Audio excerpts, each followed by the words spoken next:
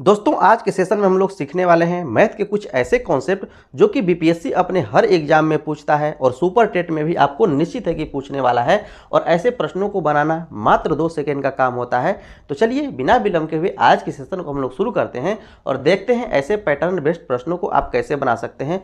कुछ लोग इन प्रश्नों को आसानी से बना सकते हैं, लेकिन आगे चल करके और भी तरह के आपको प्रश्न मिलने वाले हैं। तो इस वीडियो में आप अंत तक बने रहिएगा और हर तरह के प्रश्नों को हम लोग देखने वाले हैं जो कि आपको बीपीएससी बार बार पूछता है। जैसे यहाँ पर देखिए, ये आपको प्रश्न कह रहा है कि निम्नलिखित में से किससे पूर्णतः विभाजित होगा, ये इसके बारे में पूछ रहा है, ठीक है ना।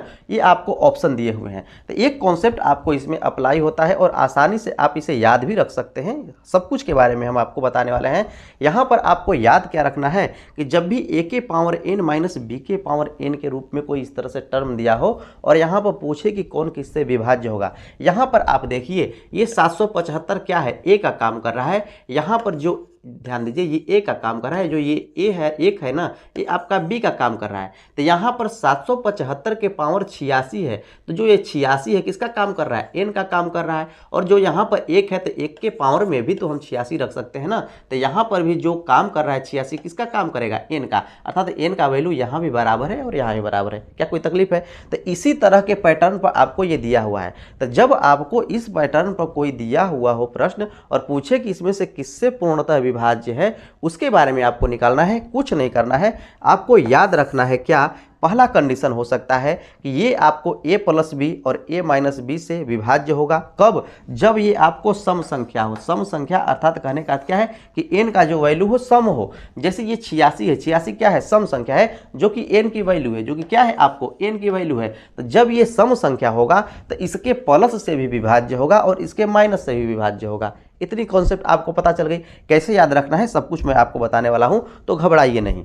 यहां पर दूसरा कंडीशन इसका ये हो सकता है कि यह a माइनस बी से विभाज्य होगा, लेकिन कब? जब ये आपको विषम संख्या हो, n क्या हो जाए, जब विषम संख्या हो जाए तब के बारे में बात किया जाए, ठीक है ना, तब के बारे में बात यहां पर किया जाएगा। अब ध्यान दीजिए, यहां पर आपको कहा जा रहा है कि सम संख्या, तो 2 कंडीशन हो सकते हैं, n या तो सम होगा और नहीं तो विषम होगा। जब n आपका सम होगा, जब ध्यान दीजिए, जब n आपका सम होगा तो सबसे छोटी सम संख्या को इसमें पुट कीजिए। इसमें जब आप सबसे छोटी सम संख्या को पुट करेंगे तो a के पावर 2 माइनस b के पावर 2 हो जाने वाला है। ध्यान दीजिएगा, याद रखने का तरीका, आपको सबसे छोटी सम संख्या को आपको पुट करना है और देखना है, और आसानी से आप इसे याद रख सकते हैं। तो यहाँ पर आप यहाँ से ये पाते हैं कि ये क्या है, ध्यान दीजिएगा, ये क्या हो रहा है, a प्लस बी के रूप में तोड़ सकते हैं आप इसे, इंटू a माइनस बी के रूप में तोड़ सकते हैं। अर्थात जो ये आपको टर्म है इस रूप में आपको टूटने वाला है जब छोटी संख्या आप सम ले रहे हैं n का वैल्यू तब। अर्थात ये जो है इससे विभाज्य होगा और इससे विभाज्य होगा। इस तरह से आप याद रख सकते हैं। छोटी सम संख्या आपको दिमाग में रखना है और उससे आप पता लगा सकते हैं कि ये किससे किससे विभाज्य होगा। तो भूलने वाली अब यहाँ पर बात नहीं रह गई। a plus B into A minus B, A plus B into A minus B. जब भी सम कहे तो सबसे छोटी सम संख्या रख करके दिमाग में आप रख सकते हैं कि यह a प्लस बी और a माइनस बी से होगा। जो ऑप्शन में होगा वही उसका सही आंसर हो जाएगा। उसी तरह से जब यहाँ पर कहे कि a माइनस बी से विभाज्य होगा तो यहाँ पर आपको विषम संख्या दे दिया जाए, तो विषम संख्या तो सबसे छोटी विषम संख्या भी आप यहाँ पर रख सकते हैं। तो a के पावर 1 माइनस बी के पावर 1 होने वाला है, अर्थात यह किससे विभाज्य होने वाला है, a माइनस बी से विभाज्य होने वाला है। क्या कोई तकलीफ है? तो इस तरह से आप इसे याद रख सकते हैं। जब विषम दिया हो तो आपको a माइनस बी से विभाज्य होने वाला है, और जब आपको सम दिया हो तो क्या किससे विभाज्य होने वाला है, a plus B into A minus B से आपको होने वाला है। तो सम दिया रहेगा तो सबसे छोटी सम संख्या का वैल्यू पुट कीजिए और यहाँ से आपको आसानी से पता चल जाएगा। विषम दिया रहेगा पावर में तो आपको सबसे छोटी विषम संख्या पुट कीजिए और आसानी से पता चल जाएगा कि किससे विभाज्य होगा। अब तो आप आसानी से याद रख सकते हैं। अब चलिए इस प्रश्न को हम बनाते हैं और देखते हैं ये आपको कैसे बनने वाला है। इसमें कह रहा है कि ये इतना है, ठीक है ना, ये इसका पावर 86 है, -1 के पावर आपका 86 हो गया। जब माइनस की कंडीशन हो और पावर क्या हो, पावर क्या हो आपको, इवन हो अर्थात सम संख्या हो, इवन हो अर्थात सम संख्या हो, तो किससे किससे विभाज्य होगा, a plus B into A minus B, अर्थात वह a प्लस बी से भी विभाज्य होगा और a माइनस बी से भी विभाज्य होगा। बात समझिए, a प्लस बी से भी विभाज्य होगा, a माइनस बी से भी विभाज्य होगा। तो a प्लस बी का क्या इसमें कोई वैल्यू है? a प्लस बी कहने का अर्थ क्या है कि जो ये 775 है a का काम करेगा, अर्थात 775 प्लस बी का काम कौन कर रहा है, 1 कर रहा है, तो 1 लिखिएगा तो ये क्या होने वाला है, 776 होने वाला है। क्या कोई 776 है, तो हाँ है, ऑप्शन नंबर ये है और यही इसका उचित आंसर हो जाएगा। ए माइनस बी के बारे में बात किया जा सकता है यहाँ पर, तो ए माइनस बी, ए का काम क्या कर रहा है, 775 माइनस बी का काम कौन कर रहा है, 1 कर रहा है, तो बी की जगह पे ये रखिएगा, तो ये क्या होने वाला है, 774। ध्यान दीजिए 775 में से 1 घटाइएगा 774, अर्थात ये जो आपको संख्या होने वाली है 776 और 774 दोनों से क्या होने वाली है, विभाज्य होने वाली है। तो कौन सा ऑप्शन है, ऑप्शन नंबर बी है और यह भी इसका क्या होने वाला है, उचित आंसर होने वाला, दोनों आपका सही आंसर हो जाएगा इस तरह से। क्या कोई कंफ्यूजन है, तो मैं आशा करता हूं कि ये कॉन्सेप्ट आपको समझ में आ गई है, इसमें अब आपको कोई तकलीफ नहीं है। तो अब चलिए नेक्स्ट क्वेश्चन की ओर चलते हैं और देखते हैं क्या उसे आप आसानी से बना पाते हैं।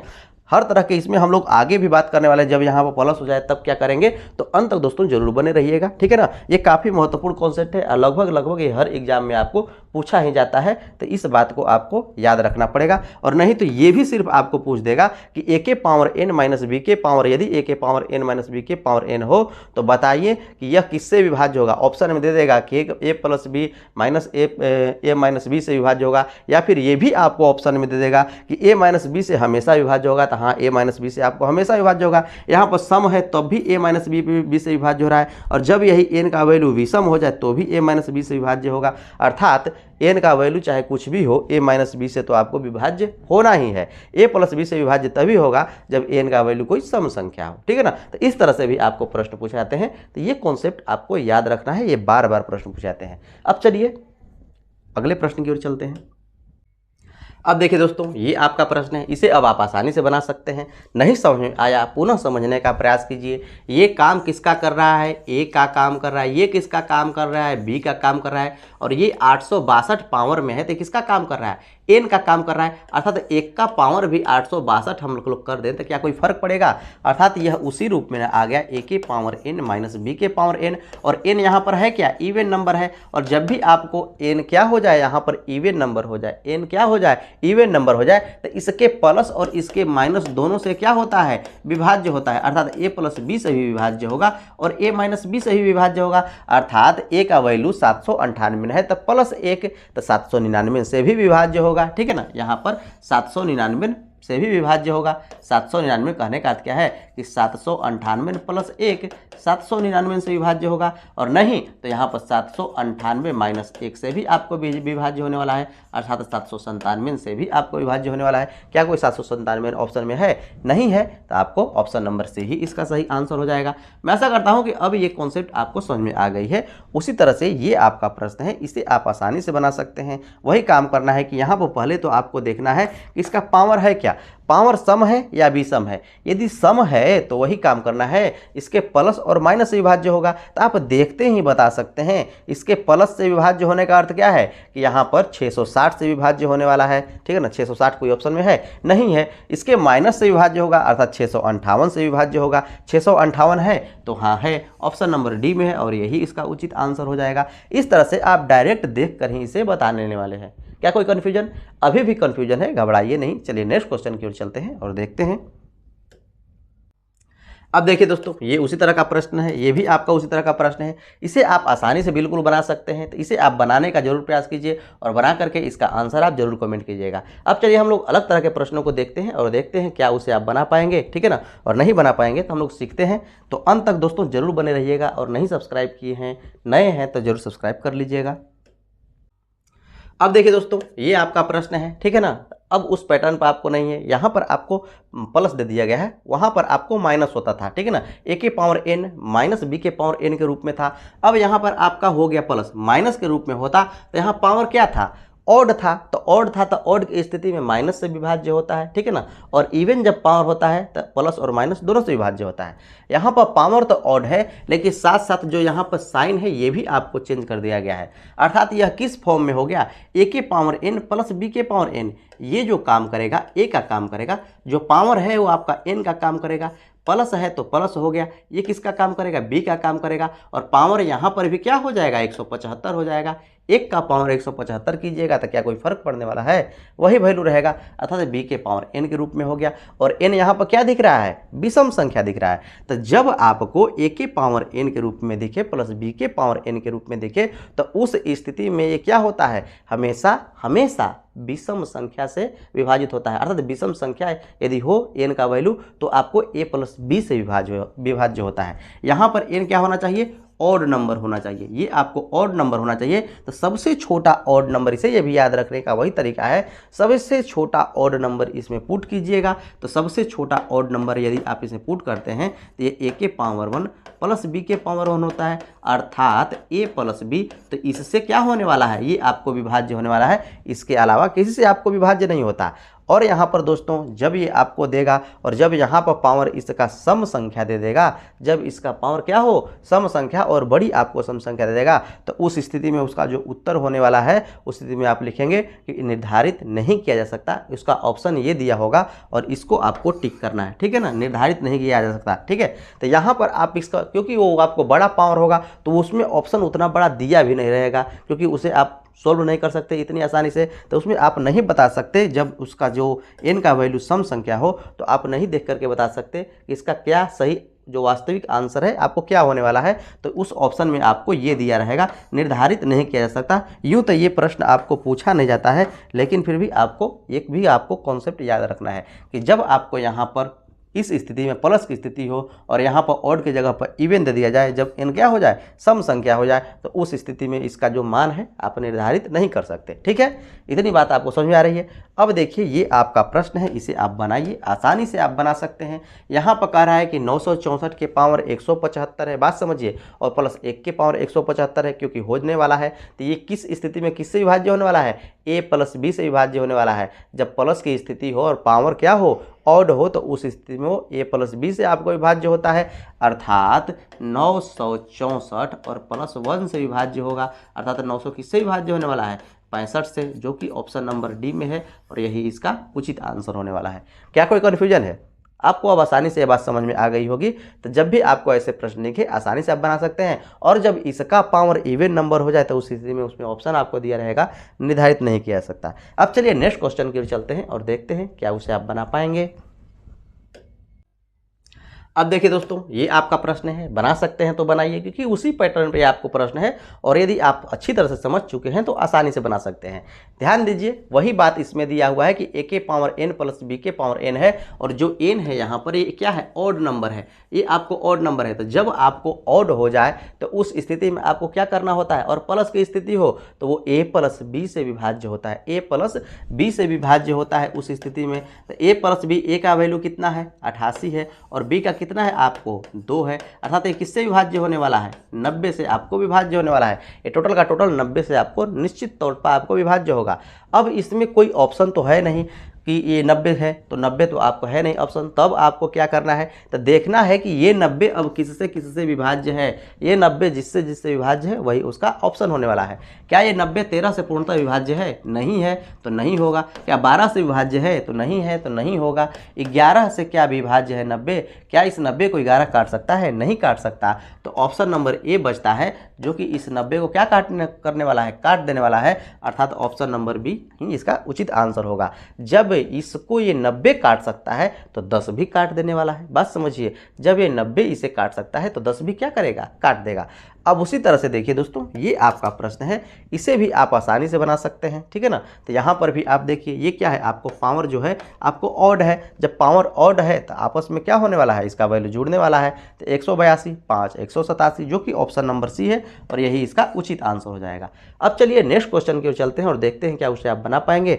इतनी कॉन्सेप्ट अब आपको अच्छी तरह से समझ में आ गई है, समझ में आ रहा है मुझे। अब देखिए दोस्तों, ये आपका प्रश्न है, इसे आप आसानी से बनाने का प्रयास कीजिए, आसानी से बनने वाला है क्योंकि सभी कॉन्सेप्ट आप समझ चुके हैं, ठीक है ना। यहाँ पर देखिए, ये भी आपको बना सकते हैं क्योंकि इसके बारे में भी मैंने समझा दिया है आपको। यहाँ पर देखिए ये ए का काम कर रहा है, ये आपको बी का काम कर रहा है, जो पावर है एन का काम कर रहा है, और ये जो पावर देख रहे हैं, जो आप पावर देख रहे हैं, ये क्या दिख रहा है आपको? इवन नंबर दिख रहा है, सम संख्या आपको दिख रहा है। मैंने अभी आपको बताया कि जब सम संख्या पावर के रूप में दिख जाए ना, तो उस स्थिति में आप क्या होने वाला है, इसका आंसर जो है निर्धारित आप नहीं कर सकते, तो ऑप्शन नंबर डी ही इसका उचित आंसर हो जाएगा। क्या कोई कन्फ्यूजन? अब चलिए नेक्स्ट क्वेश्चन की ओर चलते हैं, देखते हैं क्या आप उसे बता पाते हैं। अब देखिए दोस्तों, ये आपका प्रश्न है, इसे आप आसानी से बना सकते हैं। यदि सब कुछ जान चुके हैं तो आसानी से बना सकते हैं। आप जानते हैं कि ए के पावर एन माइनस बी के पावर एन के रूप में होना चाहिए या फिर प्लस के रूप में होना चाहिए, लेकिन पावर क्या होना चाहिए? समान होना चाहिए। यहाँ पर तो पावर ही आपको समान नहीं दिख रहे हैं, यहाँ पर 4n दिख रहा है, तो यहाँ पर 2n दिख रहा है। इसके पावर को आपको समान करना है, तो पावर को समान आप कैसे कर सकते हैं? तो इसे आप लिख सकते हैं 3 के पावर 4 का पावर n लिख सकते हैं, माइनस 2 के पावर 2 का पावर आप n लिख सकते हैं ना, सॉरी यहाँ पर 2 है, 2 के पावर 2 और पावर इसका माइनस n लिख सकते हैं, पावर इसका n लिख सकते हैं। अब आप यहाँ पर क्या देख रहे हैं कि जब इसका आप पावर किए तो ये कितना होने वाला है? ध्यान दीजिएगा, ये हो जाएगा आपका 81। 81 का पावर क्या होने वाला है? n हो जाने वाला है। उसी तरह से 2 के पावर 2 अर्थात 4 का पावर क्या होने वाला है? n होने वाला है। अब यहाँ पर आप देख रहे हैं कि ये जो अब आपका काम करेगा, ये जो आपका काम करेगा ए का काम करेगा, और ये जो आपका काम करेगा बी का काम करेगा, तो ए के पावर एन माइनस बी के पावर एन हो जाए। और यहाँ पर आपको ये प्रश्न में कह रहा है कि एन क्या है? एक प्राकृत संख्या है। एन क्या है आपको? एक प्राकृत संख्या है। अब जब एन क्या है? एक प्राकृत संख्या है, तो ये आपको ध्यान दीजिएगा, ये आपको क्या होने वाला है? सम संख्या भी हो सकता है और विषम संख्या भी हो सकता है। ये सम संख्या भी हो सकता है और विषम संख्या भी हो सकता है, अर्थात तो दोनों हो सकता है। तो इसमें एक कह रहा है कि इनमें से किससे विभाज्य है? अर्थात ये ए प्लस बी से भी विभाज्य होगा, ए माइनस बी से भी विभाज्य होगा। अर्थात कहने का अर्थ क्या है कि 81 प्लस 4 से भी विभाज्य होगा, और 81 माइनस क्या होने वाला है? 4 से भी विभाज्य होने वाला है। अर्थात ये 85 से भी विभाज्य होने वाला है, और ये आपको 77 से भी विभाज्य होने वाला है। कौन सा ऑप्शन है? कौन सा ऑप्शन है यहाँ पर जो कि ये इन ऑप्शन को आपको सूट करे? तो ध्यान दीजिए, जब ये टोटल का टोटल 85 से विभाज्य है, बात समझिएगा, ये टोटल का टोटल क्या होने वाला है? 85 से विभाज्य होने वाला है या फिर 77 से विभाज्य होने वाला है। तो किस से? या 85 से विभाज्य होगा, तो क्या ये 13 से विभाज्य होने वाला है? 13 से विभाज्य नहीं होगा।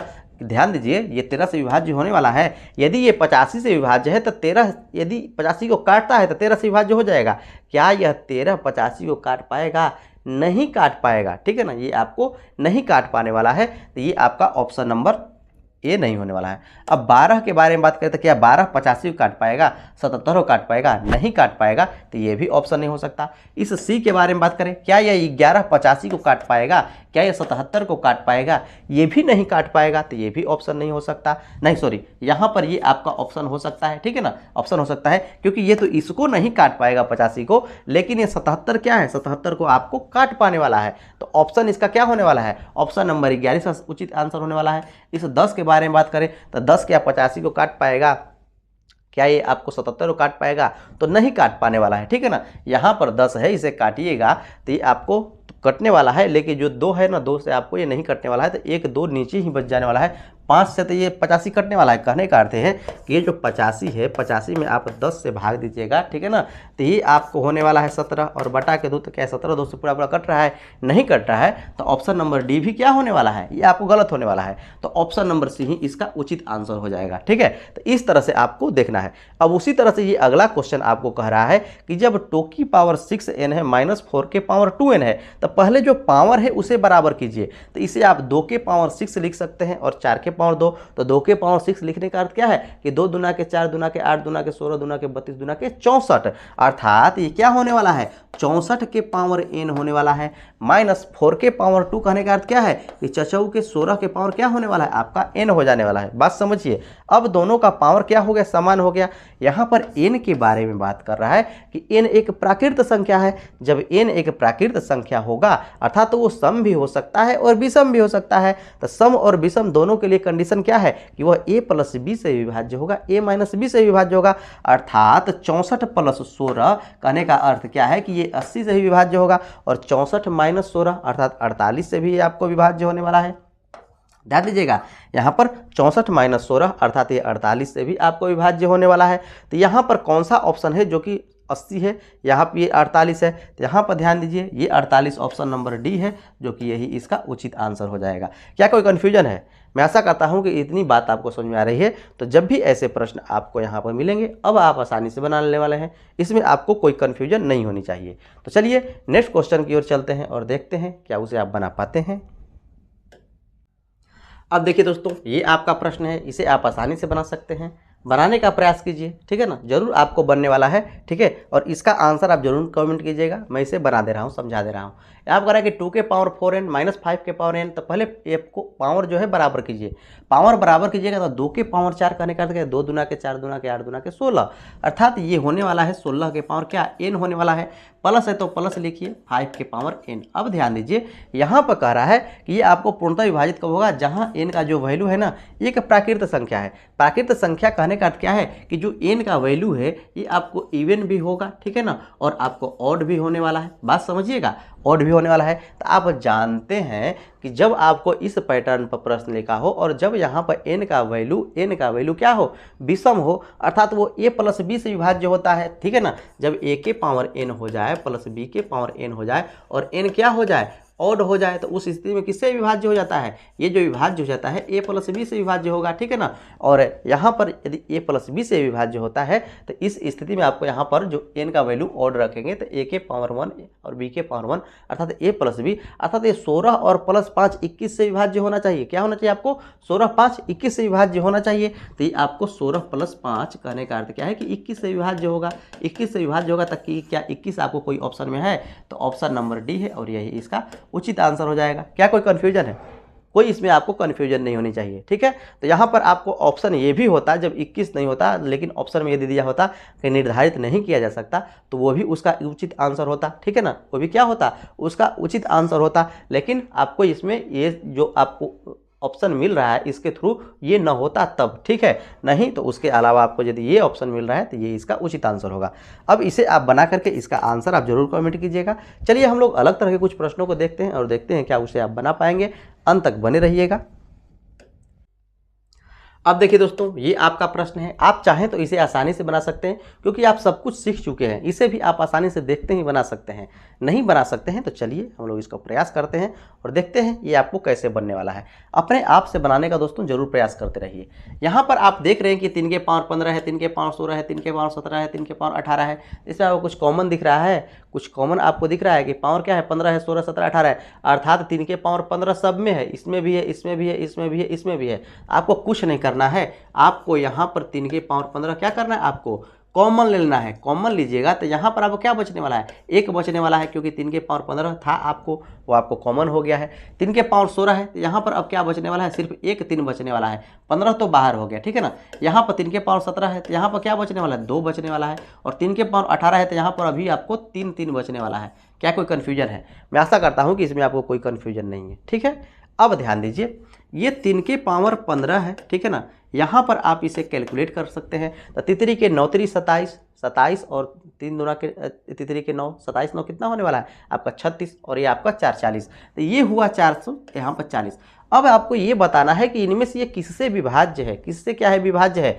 ध्यान दीजिए, क्या यह 39 से विभाज्य है, क्या 39 इसे काट पाएगा, क्या 39 इसे काट पाएगा, नहीं काट पाएगा, ठीक है ना। 13 3 39, इसमें 3 तो है लेकिन 13 कहीं दिख रहा है, दिख ही नहीं रहा है, तो ये आपका ऑप्शन हो नहीं सकता। उस तरह से ऑप्शन नंबर सी पर चलिए, क्या 11 इसे काट पाएगा, न तो 3 में 11 है, नहीं तो 4 में 40 में 11 है, तो ये भी आपका ऑप्शन नहीं हो सकता। इस 16 के बारे में बात करें तो क्या 16 इसे काट पाएगा, इस 16 में है क्या भैया, तो ये 8 दूना के 16 है, ये 8 तो 40 को काट पाएगा, 8 5 40, लेकिन 2 जो है ना, ये 2 है, अब ये किसे काटेगा, क्योंकि उसके अलावा तो 2 है नहीं, यहाँ 5 बचेगा, यहाँ 3 के पावर 15, तक न तो 3 2 से कटने वाला है और नहीं 5 2 से कटने वाला है, तो ये भी ऑप्शन क्या होने वाला है, आपका गलत हो जाने वाला है। अब हम लोग ऑप्शन चलते हैं, ऑप्शन नंबर बी जो है कि आपका 24, ठीक है ना, ये आपका ऑप्शन नंबर बी है और ये है आपका 24। अब इसको आप देखते हैं कि क्या इसे ये काट पाता है, बात समझिएगा, क्या ये 3 के पावर 15 गुना 40 24 इसे काट पाता है। तो ध्यान से देखिएगा, तो ये 8 5 40, ध्यान दीजिएगा यहाँ पर 8 5 40, 8 3 के 24, अब ध्यान दीजिए कि यहाँ पर 3 है और ये 3 के पावर 15 है, अर्थात यहाँ पर कट जाएगा, एक 3 के पावर 14 हो जाएगा, अर्थात हाँ इसे काट सकता है। तो बचेगा क्या, 3 के पावर 14 और गुना 5 बचेगा, ठीक है ना। और आपसे पूछा जा रहा है कि कौन काट सकता है, तो ऑप्शन नंबर बी ही ऐसा है जो कि इसे काट सकता है। इस तरह से आप आसानी से पता कर सकते हैं। अब उसी तरह से ये आपका प्रश्न है और मैं आशा करता हूँ कि इसे अब आप आसानी से बनाने वाले हैं। तो इसे बना करके इसका आंसर आप दोस्तों जरूर कॉमेंट कीजिएगा। और इसी तरह की वीडियो जो कि इंपॉर्टेंट आप लोगों के लिए क्लास लेकर के आता हूं बीपीएससी टीचर के लिए, तो इस चैनल पर आप देख सकते हैं। पिछले जितने भी आपको क्लास हुए हैं उन्हें भी आप देख सकते हैं, उनका लिंक इस वीडियो के डिस्क्रिप्शन में है, ठीक है ना। डिविजिबिलिटी रूल आज हम लोग पढ़ रहे थे और इससे पहले भी 2 क्लास डिविजिबिलिटी रूल का हो चुका है, उसका भी लिंक इस वीडियो के डिस्क्रिप्शन में है, उसे भी आप देख सकते हैं। और यूनिट डिजिट का क्लास भी हो चुका है, ठीक है ना, कैसे आसानी से 2 सेकंड में देखते ही निकाल सकते हैं, उसका भी हो चुका है। तो उसे भी आप जरूर जा करके देख लीजिए, क्योंकि ये काफ़ी आप लोगों के लिए महत्वपूर्ण है। और मैं आशा करता हूँ कि आज का सेशन आप लोगों को बहुत बेहतर लगा होगा। तो लाइक शेयर सब्सक्राइब जरूर कर दीजिएगा और इसी तरह से चैनल बने रहिएगा। आज के लिए इतना ही, देखने के लिए धन्यवाद।